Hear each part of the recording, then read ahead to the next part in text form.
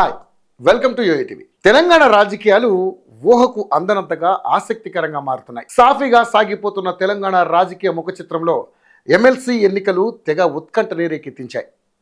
ఎవరు ఊహించని విధంగా విజయశాంతి అలియాస్ రాములమ్మ ఎంట్రీతో అన్ని రాజకీయ పార్టీల్లో చర్చ మొదలైంది. ఇక మాటలు లేవు, మాట్లాడుకోవడాలు లేవు అన్నట్లుగా ఆమెను ఢిల్లీకి పిలిపించుకోవడం, ఎమ్మెల్సీ అభ్యర్థిగా ప్రకటించడం ఆగా మేఘాల మీద జరిగిపోయాయి. తాజాగా విజయశాంతి ఎమ్మెల్సీ అభ్యర్థిగా ఏకగ్రీవంగా ఎంపిక కావడం జరిగిపోయాయి.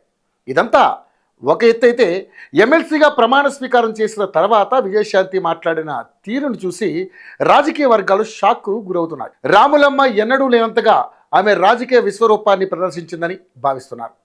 ఇక తెలంగాణ రాజకీయాల్లో కాంగ్రెస్ పార్టీ రాములమ్మ రాజకీయ దూకుడిని వ్యూహాత్మకంగా ఉపయోగించుకోనుందని సమాచారం. తెలంగాణ ఏర్పడిన తర్వాత కొన్ని రాజకీయ కారణాల వల్ల విజయశాంతి అంతగా రాజకీయాల్లో రాణించలేదు. తెలంగాణ ఉద్యమం ఉవ్వెత్తున కొనసాగుతున్న కాలంలో తనకున్న రాజకీయ పరిజ్ఞానంతో తెలంగాణ రాజకీయాల్ని శాసించాలని పావులు కదిపినప్పటికీ అప్పుడున్న రాజకీయ కారణాల వల్ల రాజకీయ ఒత్తిళ్ల మధ్య తల్లి తెలంగాణ పార్టీని కేసీఆర్ స్థాపించిన టీఆర్ఎస్ పార్టీలో విలీనం చేసి ప్రత్యేక తెలంగాణ సాధనలో కీలక పాత్ర పోషించింది విజయశాంతి.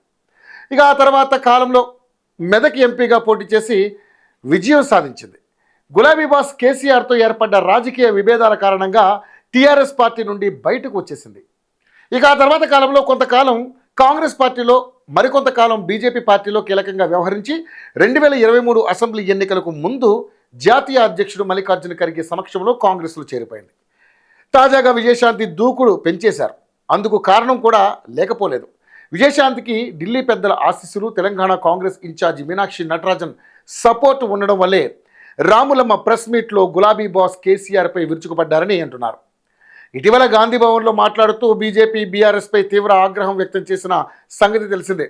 ఎమ్మెల్సీగా పదవి చేపట్టిన నేను బీఆర్ఎస్ బీజేపీ నేతల రాజకీయ గుట్టుని బహిర్గతం చేస్తానని వారిలో వణుకు మొదలైందా, నా వల్ల హార్ట్ అటాక్ వస్తుందని భయపడుతున్నారా అని విజయశాంతి ప్రశ్నించారు. తన పార్టీని విలీనం చేయించుకుని ఆ తర్వాత మోసం చేశారని పరోక్షంగా బీఆర్ఎస్ అధినేత కేసీఆర్పై మండిపడ్డారు.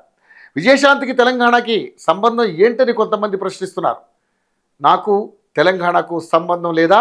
నేను తెలంగాణ ఉద్యమం మొదలుపెట్టినప్పుడు కేసీఆర్ టీడీపీలో ఉన్నారు. తెలంగాణ కేసీఆర్ సొత్తు కాదు. తెలంగాణ రాష్ట్ర సాధనకు నా వంతు కృషి నేను చేశాను అని ఆమె లేవనెత్తిన అంశాలు నేడు తెలంగాణ రాజకీయాల్లో హాట్ టాపిక్గా మారాయి. అయితే విజయశాంతి అసలు సిసలైన రాజకీయాలు ఇప్పుడిప్పుడే మొదలు పెట్టారని, తర్వాత కాలంలో మరింత దూకుడు ప్రదర్శిస్తారని రాజకీయ వర్గాల్లో వినిపిస్తున్న మాట. విజయశాంతి ప్రెస్ మీట్లో వ్యూహాత్మక మాటల దాడికి మరికొన్ని రాజకీయ కారణాలు కూడా ఉన్నాయి. కాంగ్రెస్ పార్టీ ముఖ్యమంత్రి రేవంత్ రెడ్డి వ్యవహారం కొంత ఢిల్లీ అధిష్టానానికి ఇబ్బందిగా మారడంతో విజయశాంతిని రంగంలోకి దించారని కాంగ్రెస్ వర్గాల్లో వినిపెడుతుంది. ఇక తెలంగాణ కాంగ్రెస్ పార్టీలో ఆల్టర్నేట్ పొలిటీషియన్గా విజయశాంతిని ఢిల్లీ పెద్దల డైరెక్షన్లో రంగంలోకి దించారని గాంధీ భవన్ సర్కిల్స్లో వినిపిస్తున్నమాట. రాములమ్మ లాంటి నేతని పార్టీ లక్ష్యాలకు అనుగుణంగా ఆమె సేవలను ఉపయోగించుకోగలిగితే తెలంగాణలో పార్టీ మరింత ముందుకు వెళ్తుందనే ఆశాభావాన్ని కాంగ్రెస్ పెద్దలు వ్యక్తం చేస్తున్నారట. రాష్ట్రంలో ప్రధాన ప్రతిపక్షమైన బీఆర్ఎస్లో కీలక నాయకులైన కేసీఆర్, కేటీఆర్, కవిత లాంటి వాళ్లకు పొలిటికల్ కౌంటర్లు వేయడానికి సమర్థవంతమైన అన్ని లక్షణాలు విజయశాంతిలో ఉన్నాయని నిర్ణయానికి వచ్చారట. ఒకప్పుడు టీఆర్ఎస్, ఇప్పుడున్న బీఆర్ఎస్ పార్టీ తనని ఉద్యమ సమయంలో రాజకీయ అవసరాలకు వాడుకొని ఆ తర్వాత కేసీఆర్ రాజకీయ లక్ష్యాలకు ఎక్కడ అడ్డొస్తాననే నెపంతో తనని నిర్దాక్షిణ్యంగా పక్కన పెట్టారని విషయాన్ని విజయశాంతి నేడు ఎమ్మెల్సీ అయ్యాక చాలా చాకచక్యంగా వెల్లడించారు. ఆమె రాబోయే రోజుల్లో బీఆర్ఎస్ బీజేపీ పార్టీ నేతల్ని ఎండగట్టడంలో రాములమ్మ కీలకంగా వ్యవహరిస్తారనేది వార్తలు వెలువడుతున్నాయి. అయితే ప్రత్యేక తెలంగాణ ఏర్పాటులో అప్పుడు అధికారంలో ఉన్న కాంగ్రెస్ కీలకంగా వ్యవహరించిన విషయం తెలిసిందే.